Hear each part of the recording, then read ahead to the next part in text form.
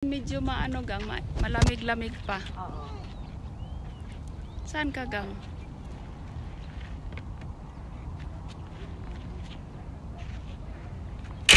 Sarap ng init, sarap ng araw.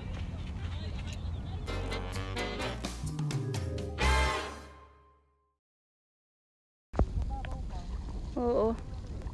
Malayo na pala tayo? Layo na. Ando sa sasakyan natin, no?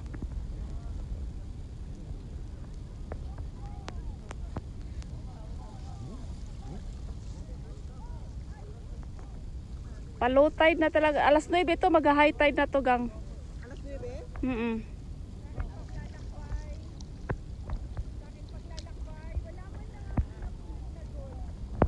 Pakita. Buhay? Ay, oo nga, buhay. O, buhay yan gang. Okay siya. Kunin mo lang. Ganda, nakakuha ka ng buhay. Ito siya oh. Pero simento yata ito oh. Simento kasi hindi ko makuha. Tingnan natin, baka nandito siya sa mga lumot-lumot. Nadikit siya.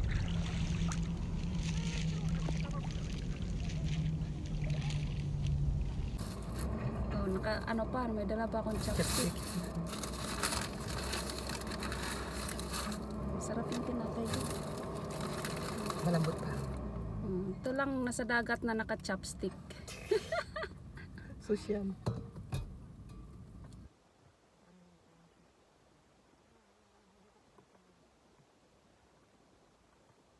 Kasi naghahanap ako ng disposable. Na mga ano, nandoon pala sa'yo. Nandoon lahat. Ay! Meron akong hiningi pala dito. Sarap bikiri. Tinidor. Oo nga pala. Gusto mo yan? Ano na lang tinidor? Para mas mabilis ang tinidor. Grabe din. Pag-init na talaga, Lin. Mainit na nga. Grabe ang ano.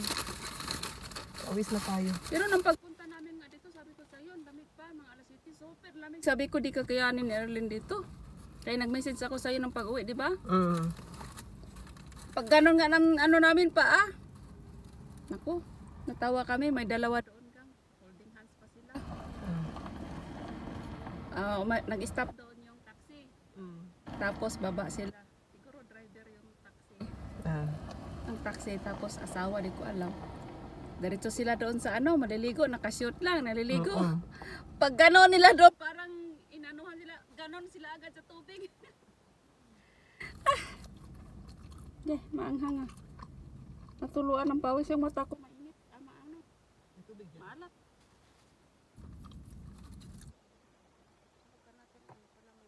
Pinalaman mo? Masarap siya sa pinalaman.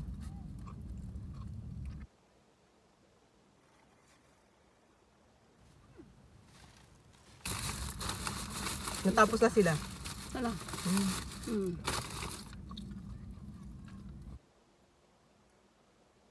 Paano nga tayo inom ngayon? Binuksan mo na para dumiyaw. Nagbaon ako ng kape na ano? Ay, ang init!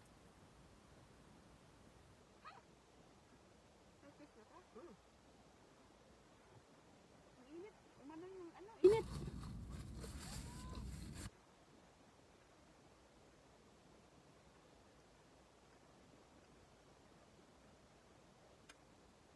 Sa ibabaw lang mainit kasi nainitan siya. Hawakan mo man. Ito sa taas. Oo nga. Alas 9 pala. Alam mo yung inano ko? Yung ano? Bigas. Gusto mo?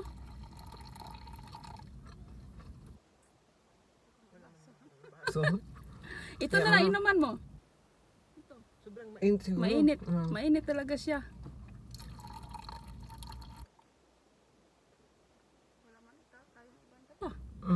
Kaya mo na.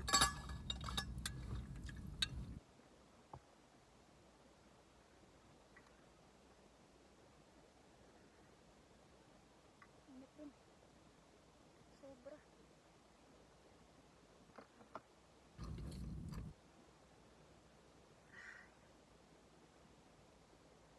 Pandesal na may itlog. Egg scrambled. Saka ang kape ko ay rice coffee.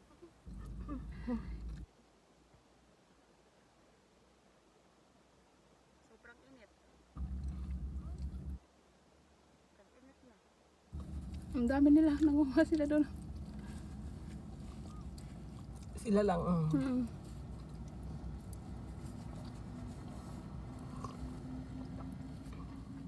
Baka ang purpose naman nila ay ilagay sa ano?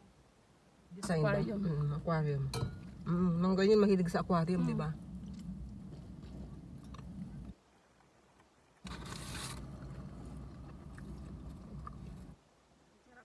Ayan, hindi malamig. Tama lang ba ang init? Naglagay ka na sunblock sa mukha mo? Yung nakalimutan ko, yung shampoo, ay yung conditioner.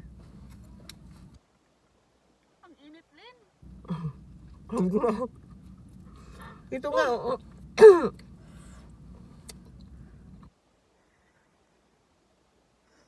Parang tumago sa buto ko. Tuto lang sipon mo yan.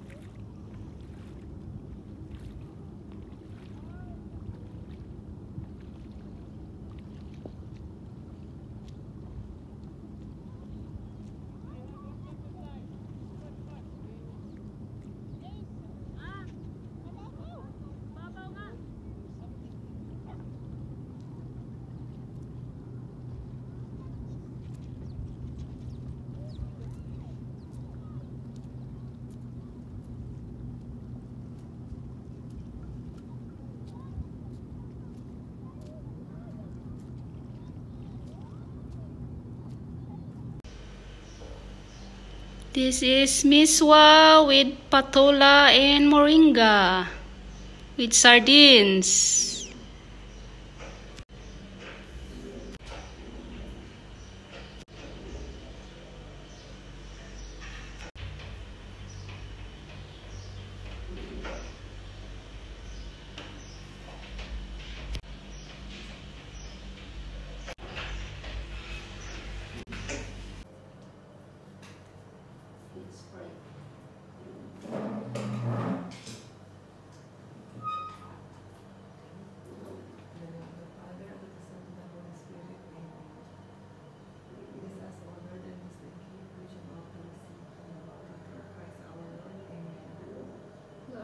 Maraming salamat sa pagsunod mo sa amin. Walang humpay araw-araw taon. Maraming salamat. Siksik, liglig o maapaw na swerte. Huwag mo rin pong pababayaan ang aming mga pamilya sa Pilipinas. Biyayaan niyo rin po sa ng grasya. Ilayo sa kapahamakan. At Lord, sana kami laging maswerte sa buhay araw-araw. Maraming salamat. Maraming salamat. Spirit. Amen.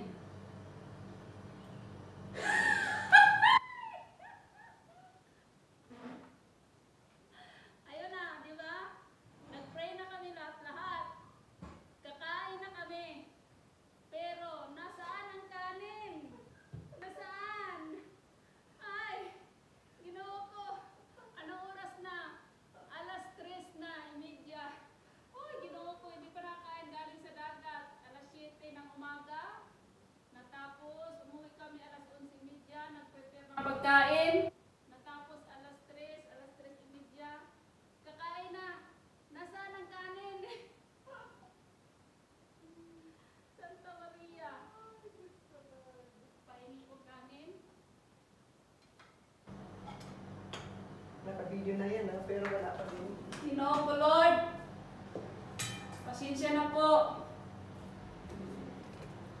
Dito po ang aming magandang may-ari ng bahay. Ayan, ayaw mamigay ng kanin. Kasi ayaw daw niyang maubusan ng pagkain sino ba? Ano ba pangalan mo sa mo? Si Barbie. Yung kanyang rice cooker ay si Barbie daw yan. Santa Maria! Ay, mabarting. Diyos ko po, you're a Barbie.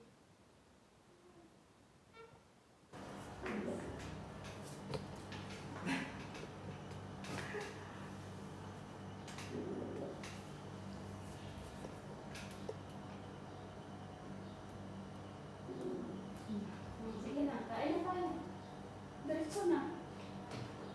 Ano naman masarap na mga natin. Hindi ko alam mga natin. Para mag-aircon na natin sa sala. Ay, kwarto. Hindi kaya. Kaya mo? Mainit. At least hindi tayo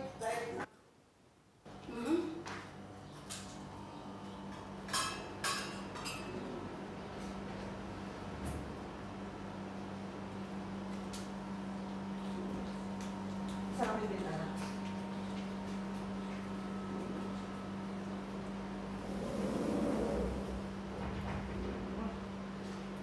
Tama pala yung kanina. Inubos ko pa kasi. Kanina kasi hindi ko sa inubos. Tapos sabi ko, kunti na lang naman. Bakit ayaw ko pa ilagay? Alin? Yung miswa. Hindi ko nilagay lahat kanina eh. Nilagay ko. Sabi ko, kunti na lang naman. Namiss ko talaga to din. Yung miswa. Simpleng luto ba? Diba? Ay, tapos na maligayang araw natin. Tapos na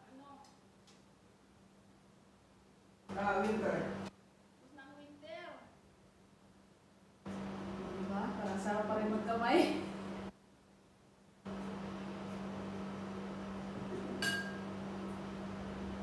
Hindi kasi mas pa ito, mayroon kamay.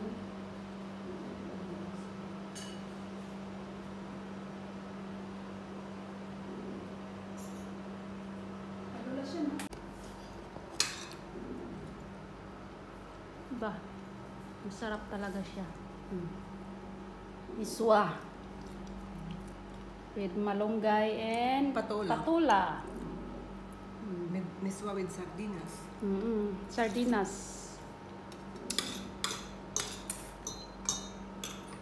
Sa amin, sasama sa Davao. 2 years ago. Ano ginawa nila? Nag-explore. Naligo. Pinakita niya yung paano mag-meron sa Davao. Kaya lang, kadalasan pag pumupunta sa Davao, hindi nila nakukuha yung tamang spot talaga ng tourist spot namin. Hindi lang sama kasi maraming klipa doon at saka yung Mount Apo. Monkey Eating Eagle. Diba? Meron yan sa magkakalito natin. Nandoon, pinakamalaking eagle. Yun ang hindi nila pupuntahan. Yun ang hindi nila napupuntahan. Siguro tapos sila. Papunta na yun sa Mount Apo eh. Mount Apo yun eh. Siguro. Kasi siyempre bago yan sila magpupunta sa ibang mag-ayos na yung advice nila. Parity doon. Para ano man mangyari, at least aware sila na Doon kasi maraming hindi. Dati. Ito ang aming hindi. doon ako muna.